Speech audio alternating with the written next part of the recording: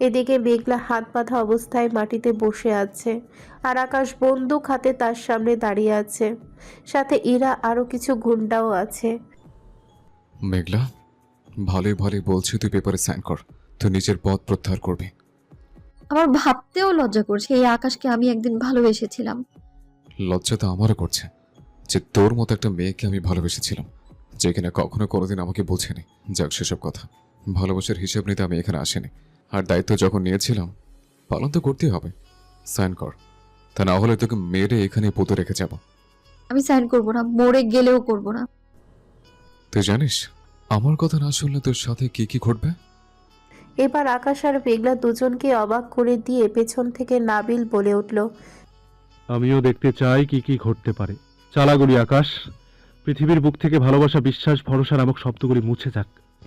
নাবিলকে দেখে মেঘলা চিৎকার করে কেঁদে উঠল। ভাইয়া তুই বেঁচে আছিস? বেঁচে থাকলেও এখন আর থাকবে না, আজ তোদের দুটাকে এখানে পুঁতে রেখে যাব। হ্যাঁ হ্যাঁ হ্যাঁ, চালাও গুলি এরা। আর বাঁচতে চাই না, বাঁচার সব ইচ্ছাই আজ মরে গেছে।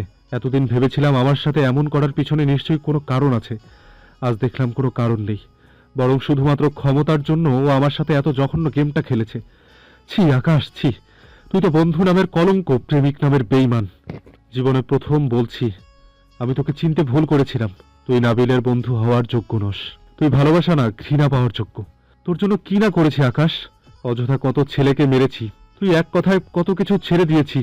একবার বলে দেখতে হাসতে হাসতে পথ ছেড়ে দিতাম, কিন্তু তুই তো আমাদের বন্ধুত্বটাকে অপমান করলি। কান খুলে শুনে নে আকাশ, আজ তোর জয় নাই, সবচেয়ে বড় পরাজয় হচ্ছে। যে নাবিল তোর জন্য হাসতে হাসতে মরতে রাজি ছিল, সে আজ তোকে বলেছে সে তোকে ভালো নয়, ঘৃণা করে। আই জাস্ট হেট ইউ আকাশ। চালা গুলি, আগে আমার বুকে গুলি চালা। নিজের চোখে তো বোনের মৃত্যু দেখতে পারবো না, তাই আগে আমাকেই মার, অন্তত এইটুকু উপকার কর। ভাইয়া ওকে এইসব বলে লাভ নেই, ওকে চিনতে আমরা সবাই ভুল করেছি। ও কোনোদিনও লাভার ছিল না, ও একটা ভিলেন অলওয়েজ। শোনো আকাশ, ভাইয়া নির্বাচন করছে না, তাই ওর সাথে তোমার কোনো শত্রুতা নেই। যা আছে আমার সাথে আছে, তাই ওর কোনো ক্ষতি করো না। যেতে দাও ওকে। ভাইয়া তুই এখান থেকে যা। আকাশ এতক্ষণ চুপচাপ সব শুনছিল, কিন্তু কিছুই বলেনি। এবার আকাশ চেঁচিয়ে উঠল, এই, তোদের সাহস হয় কি করে আমাকে কথা শোনাস? জানিস না আমি তোদের এই কথাগুলো সহ্য করতে পারবো না। তবু কেন বললি, কেন বললি? আকাশ অস্থির হয়ে গেছে, পাগলের মতো নাবল তাবল করতে করতে বলল, আজ আমি সব হিসাব মেলাবো।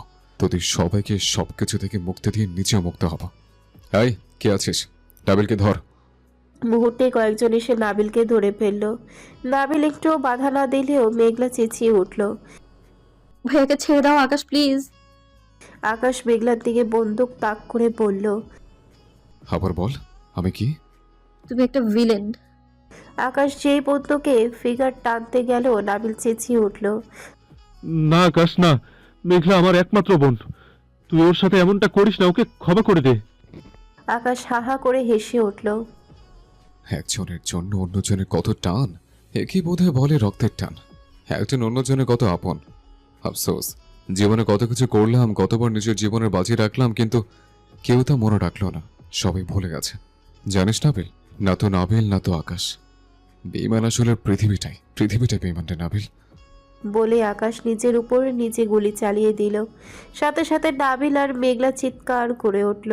মেঘলার সাথে সাথেই সেন্সলেস হয়ে গেল, আর নাবিল সবাইকে এক ঝটকায় ছাড়িয়ে দিয়ে দৌড়ে গিয়ে আকাশকে জড়িয়ে ধরল। কি করলি আকাশ, তুই এটা কেন করলি? তোর মনে আছে নাবিল, একদিন বলেছিলে পৃথিবীর সবাই এক পাশে থাকলে আর আমি আকাশ অন্য পাশে থাকলে নাবিল আকাশের পাশেই থাকবে? মনে আছে কথাগুলি? তুই না ভুলে গেছিস না নাবিল, কিন্তু আমি ভুলিনি। তোর বলার সব কথা আজ মিথ্যে হয়ে গেছে, তাই আমার বাঁচার ইচ্ছেটাও শেষ হয়ে গেছে। জানি আমাকে তুই ঘৃণা করিস, তবু শেষ সময় আমার শেষ ইচ্ছেটা রাখিস। মেঘলাটা সারা জীবনে বোকা ছিল, এখন আছে। ওকে কোথায় রেখে যাচ্ছে জানি না, তবু আমার শেষ ইচ্ছা ওকে তুই দেখে রাখিস। নাবিল, আমাকে কথা দে, তুই ওকে দেখে রাখবি। চুপ কর আকাশ, চুপ কর, তোর কিচ্ছু হবে না, আমি তোর কিচ্ছু হতে দেব না। কেন বাঁচাবে আমায়? আমি তো একটা বেইমান, আমি আর বাঁচতে চাই না। কার জন্য বাঁচবো? বুকের এক পাশ তোর নামে অনেক আগে লিখে দিয়েছিলাম, কিন্তু আজ তুই তা শূন্য করে দিলি। মেঘলা না হয় বোকা, কিন্তু তুই আমায় কি করে ভুল বুঝলি নাবিল? তুই না আমার না বলে কথা বুঝতে। চুপ করবি তুই? তোর নির্দোষ হওয়ার সমস্ত প্রমাণ আবিরের কাছে আছে, নিয়ে নিস। কেন, কি করেছে? আর হয়েছিল সময়ের অভাবে বলে যেতে পারলাম না। আমি মারা যাওয়ার পর হয়তো জানতে পারবি, অথবা কোনোদিন জানবি না। কিন্তু একটা কথা জেনে রাখিস, আমার বুকের পাঁজরটা নাবিলে ছিল, আছে। যতক্ষণ বাঁচব ততক্ষণ থাকবে। আমি আর কথা বলতে পারছি না, দম নিতে কষ্ট হচ্ছে। অনেকদিন ঘুমাই না নাবিল। আজ তোর বুকে মাথা রেখে পরম শান্তির ঘুম দেব। এর চেয়ে ভালো আর কি হতে পারে? নাবিল, আমার সময় শেষ হয়ে আসছে। একটা বার মেঘলাটাকে আমার কাছে আনবি? শেষবার মুখটা দেখেছি। বলতে বলতে আকাশের কথা বলা বন্ধ হয়ে গেল। চোখ বন্ধ করে নিয়েছে আকাশ। আকাশের কথা বলা বন্ধ হওয়ার সাথে সাথে নাবিলের নিঃশ্বাস বন্ধ হয়ে যাওয়ার উপক্রম হয়েছে। আকাশের মাথা নাবিলের কোলে, আকাশের সারা শরীর রক্তে ভেসে যাচ্ছে। পাশেই মেঘলা অজ্ঞান হয়ে পড়ে আছে। নাবিল যখন আকাশকে নিয়ে হাসপাতালে যাওয়ার জন্য ব্যস্ত, ঠিক তখন ইরা আর কিছু গুন্ডা এসে নাবিল আর আকাশকে ঘিরে ধরল। তোরে কারোরই আজ এখান থেকে ফেরা হবে না। নাবিল বেশ অবাক হলো, কারণ সে জানতো ইরা আর যাই হোক আকাশকে ভালোবাসে। কিন্তু আকাশের এই অবস্থায় তার আচরণ দেখে সে অবাক হলো। নাবিল রেগে গিয়ে বলল, কাকে কি বলছো মাথায় আছে ইরা? তোমাকে আমি এক তুড়িতে উপরে পাঠিয়ে দিতে পারি, কিন্তু আমার হাতে এখন সময় নেই। আমার সামনে থেকে সরো। নিজের কপাল নিজে পোড়াতে এসো না। নাবিল এতদিন চুপ করেছিল, তার মানে এই না যে সে দুর্বল হয়ে গেছে। নাবিল আগেও যা ছিল এখনো তাই আছে। চুপ ছিলাম কারণ এতদিন আমার বিপক্ষে ছিল আকাশ। আপনজনের বিরুদ্ধে তো যুদ্ধ করা যায় না, কিন্তু এখন আর কোনো পিছুটান নেই। আমাকে রাগালে কি কি হতে পারে তুমি ভালো করেই জানো। আর আমার সাথে তোমার এই চেলাপেলা যে পেরে উঠবে না সেটাও তুমি জানো। যদি এতদিনেও না বুঝে থাকো সেটা তোমার ব্যর্থতা। সরো বলছি। তোদের এসব লীলা খেলা অনেক সহ্য করেছি, আর না। এই কে আছিস? এটাকে বেঁধে ফেল। ঠিক তখনই ইরা অনুভব করলো কেউ তার মাথায় বন্দুক ঠেকিয়েছে। ইরা বেশ অবাক হয়ে পেছনে তাকালো আর দেখলো আবির তার দিকে বন্দুক তাক করে দাঁড়িয়ে আছে।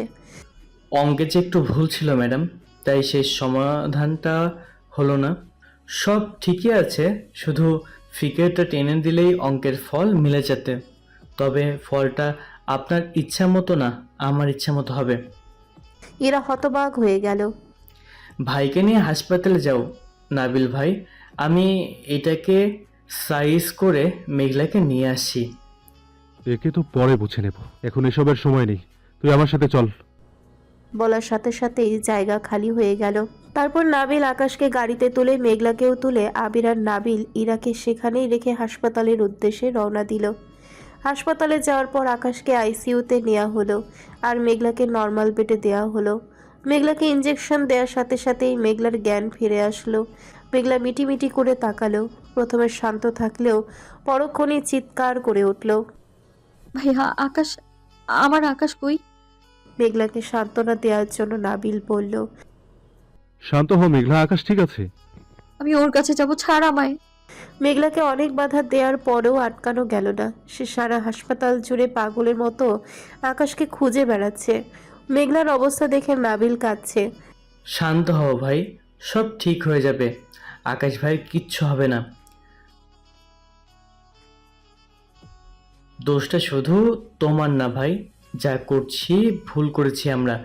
এখনো জানি না আসল কাহিনীটা কি, এসব করার কি দরকার ছিল। তোমাকে একবার বলতে পারতো। তোমরা তো এতটা দুর্বল ছিলে না যে কারোর ইশারায় চলতে হবে। চাইলে দুইজন মিলে সব সমস্যার সমাধান করে নিতে পারতে। আচ্ছা বাদ দাও, চলো মেঘলাকে শান্ত করি। আবির গিয়ে মেঘলাকে ধরলো। ছাড়ো আমাকে, আকাশ কোথায়? এখন যে খুব দরদ দেখাচ্ছ, এতদিন দরদ কোথায় ছিল? সব ভুলে গেছো? আকাশ তোমার সাথে তোমার ফ্যামিলির সাথে কি করেছিল?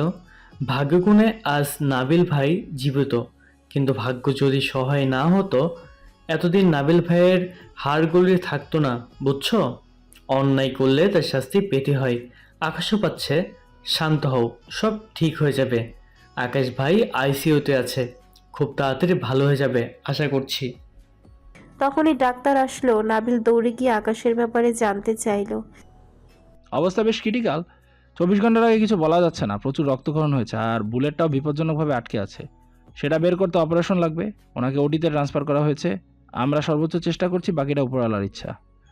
একটা কাগজ দিয়ে বলল, মেডিসিনগুলো নিয়ে আসুন আর আপনারা ব্লাডের ব্যবস্থা করুন। কথাগুলি শুনে নাবিল মাটিতে বসে পড়ল। আবির এসে নাবিলকে ধরলো। ভাই, এভাবে ভেঙে পড়বেন না প্লিজ। তুমি এভাবে ভেঙে পড়লে আকাশের পাশে কে দাঁড়াবে? আকাশের এখন তোমাকে প্রয়োজন। উঠো ভাই, উঠো। পারবো না রে, কিছুতেই পারবো না। আকাশ আমার কাছে কি সেটা পৃথিবীর কাউকে বোঝানো সম্ভব না। আর যদি ওর কিছু হয়ে যায়, তাও আমারই ভুলের কারণে নিজেকে কি করে ক্ষমা করব? আমি আর বাঁচতে চাই না আবির। নাবিল পুরোপুরি ভেঙে পড়েছে। মেঘলাও কাঁদতে কাঁদতে অস্থির হয়ে পড়েছে। আবির বোঝালো ওদের বুঝিয়ে কাজ হবে না, কিন্তু আকাশের জন্য রক্তের ব্যবস্থা করতে হবে। তা নাবিলের হাত থেকে কাগজটা নিয়ে বলল। আমি মেডিসিন আর ব্লাড নিয়ে আসছি। আবির যাওয়ার সময় মেঘলার কাছে গিয়ে বলল। মেঘলা দেখো, আমি জানি তোমার মনের অবস্থা এখন কেমন, কিন্তু তোমার চেয়েও নাবিল ভাই বেশি ভেঙে পড়েছে। এখন ইমোশনাল হয়ে যদি নিজের কোনো ক্ষতি করে বসে, কিন্তু আমাকে তো মেডিসিন আনতে যেতে হবে। তুমি ভাইয়ের দিকে খেয়াল রেখো প্লিজ। আমি এক্ষুনি নিয়ে ফিরে আসবো। আবির চলে যাওয়ার পর মেঘলা লক্ষ্য করলো নাবিল ফোনে কিছু একটা শুনছিল। তারপর হঠাৎ করে ফোনটা ছুঁড়ে ফেলে দিয়ে কাঁদতে শুরু করেছে। মেঘলা গিয়ে ফোনটা হাতে নিল, তারপরে দেখলো তাতে কয়েকটা ভয়েস এসএমএস এসেছে। মেঘলা একটা ভয়েস চালু করলো তো আর অবাক হয়ে গেল, কারণ তাতে একটা মেয়ের কান্নার আওয়াজ শোনা যাচ্ছে। নাবিল, তুমি আমাকে এভাবে ঠকাতে পারো না, প্লিজ ফিরে এসো। আমি তোমাকে খুব ভালোবাসি। জীবনে এই প্রথম কাউকে এতটা ভরসা করেছিলাম। যদি আমাকে ছেড়েই যাবে, তাহলে কেন আমাকে নিজ হাতে গড়ে তুলেছিলে? তুমি কি জানো আমার বিয়ে হয়ে যাচ্ছে? তুমি চলে গেছো জন্যে মা বাবার নিজের সম্মান বাঁচাতে আমাকে জনির সাথে বিয়ে দিচ্ছে। আমি মিথ্যে বলেছি না জান, আমার সত্যি বিয়ে হয়ে যাচ্ছে।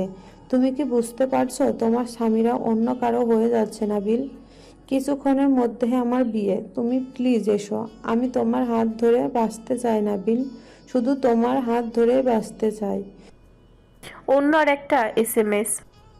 তুমি কোথায় জান? কতবার কল করেছি, ফোন কেন তুলছো না? অনেকগুলি ভয়েসও তো পাঠিয়েছি, তুমি কি আমার কথা শুনতে পাচ্ছ না? তবে কি সব মিথ্যে? তুমি সত্যি আমার ভালোবাসো না? তুমি যদি ভালো নাই বেসে থাকো, তবুও শুনে রাখো, আমি তোমার ভালোবাসি। আর যদি তুমি না আসো, আমি অন্য কারোর বউ হওয়ার আগে আত্মহত্যা করব। ভাইয়া এইগুলো, ছাড় তো। এটা সুইসাইড করবে বলছে। জানি আমি না গেলে সত্যি করবে, কারণ ও এমনিই খুব ভালোবাসে আমায়। কিন্তু যার কপালে যা লেখা আছে তাই হবে। আমি বা তুই কি করতে পারি? তুই ভালোবাসিস না? নাবিল কেঁদে ফেললো আর বলল। বাসি, খুব ভালোবাসি। তাহলে যাচ্ছিস না কেন? আমি ওকে ভালোবাসি, কিন্তু আকাশকে তার চেয়ে বেশি ভালোবাসি। ওকে আমি এই অবস্থায় ফেলে যেতে পারবো না। তাতে যদি সব ওলটপালট হয়ে যায় তবুও না। আমি জানি এরা সুযোগ পেলে আকাশের উপর অ্যাটাক করবে। আমার কাছে আকাশের প্রাণের চেয়ে প্রিয় আর কিছু নেই। তখনই একজন নার্স আসলো। আকাশের বাসার কে আছেন? জি, আমি আছি, বলুন। ব্লাড কোথায়? তাড়াতাড়ি দিন, পেশেন্টের অবস্থা খারাপ হয়ে পড়েছে, এখনই ব্লাড দিতে হবে। আমি এক্ষুনি নিয়ে আসছি। বলে নাবিল ছুটতে লাগলো। মেঘলার হাত পা ঠান্ডা হয়ে আসছে। তখন নাবিলের ফোনে এবার এসএমএস আসলো। এবার একটা ভিডিও, তাতে মেয়েটা বিয়ের সাজে আছে আর সে ফ্যানের সাথে শাড়ি পেঁচাচ্ছে ফাঁসি দেওয়ার জন্য। জানি ভাইয়া মেয়েটাকে ভালোবাসে, কিন্তু তার চেয়ে বেশি বাসে আকাশকে। এখন আমি কি করব? আকাশকে এই অবস্থায় চলে যাব? কিভাবে যাব? না গেলে যে ভাইয়ার ভালোবাসা চিরদিনের জন্য হারিয়ে যাবে। মেঘলা গিয়ে আকাশের কেবিনের সামনে দাঁড়ালো। আকাশের নিথর শরীরটা বেডে পড়ে আছে। রক্তক্ষরণ এখনো বন্ধ হয়নি। ডাক্তাররা সবাই চিন্তিত চেহারা নিয়ে তাকিয়ে আছে আকাশের দিকে। আমাকে ক্ষমা করো আকাশ, তোমাকে এই অবস্থায় রেখে চলে যাচ্ছি আমি। কি করব বলো? আমার ভালোবাসাকে আগলে রাখার জন্য তো ভাইয়া আছে, কিন্তু ওর ভালোবাসাকে বাঁচানোর জন্য কেউ নেই। আমার যেতেই হবে। আমি ফিরে আসবো জান, তুমি সুস্থ হয়ে যাও প্লিজ। আমায় রেখে তুমি কোথাও যাবে না কিন্তু। মেঘলা নাবিলের ফোন নিয়ে চলে গেল। যদিও তার আকাশের জন্য মন খারাপ লাগছে, তবুও নিজের দায়িত্ব পালন করতে চলে গেল। কিছুক্ষণের মধ্যে আবির আর নাবিল ফিরে এলো। আকাশের অবস্থা এতটাই খারাপ যে আবির বা নাবিল কারোরই মেঘলার কথা মনে নেই। আকাশকে রক্ত দেয়া হলো। অপারেশনের জন্য নিয়ে যাওয়া হলো। এদিকে মেঘলা ফোন করে সামিরার সাথে কথা বলে নিয়েছে আর বলেছে নাবিল তাকে পাঠিয়েছে। সামিরা নাবিলের কথা শুনে আগ্রহ নিয়ে মেঘলার জন্য অপেক্ষা করছে। মেঘলা চলে আসলেই সে পালাবে, কিন্তু সেটা যে খুব সহজ কাজ হবে না সেটাও জানে সামিরা, তাই ফোন দিয়ে আসছে কি করে জনিকে আর তার বাবা মাকে ফাঁকি দিয়ে পালানো যায়। সামিরা অপেক্ষা করছে তো করছেই, কিন্তু মেঘলার খোঁজ নেই। মেঘলা যাওয়ার জন্য রওনা হয়েছিল, কিন্তু কি এমন যে সে পৌঁছাতে পারছে না, সেটা এখন প্রশ্ন বন্দি। বেশ অনেকক্ষণ পর নাবিলের মেঘলার কথা মনে পড়ল। সে মেঘলার খোঁজ নেওয়ার চেষ্টা করে ব্যর্থ হলো। এদিকে আকাশের অবস্থা আরও খারাপ হতে চলেছে। আবির আর নাবিল সারা রাত ধরে আকাশের কেবিনের বাইরে বসে আছে, আর সাবিরারও এবার বিয়ের আসরে যাওয়ার সময় হয়ে গেছে।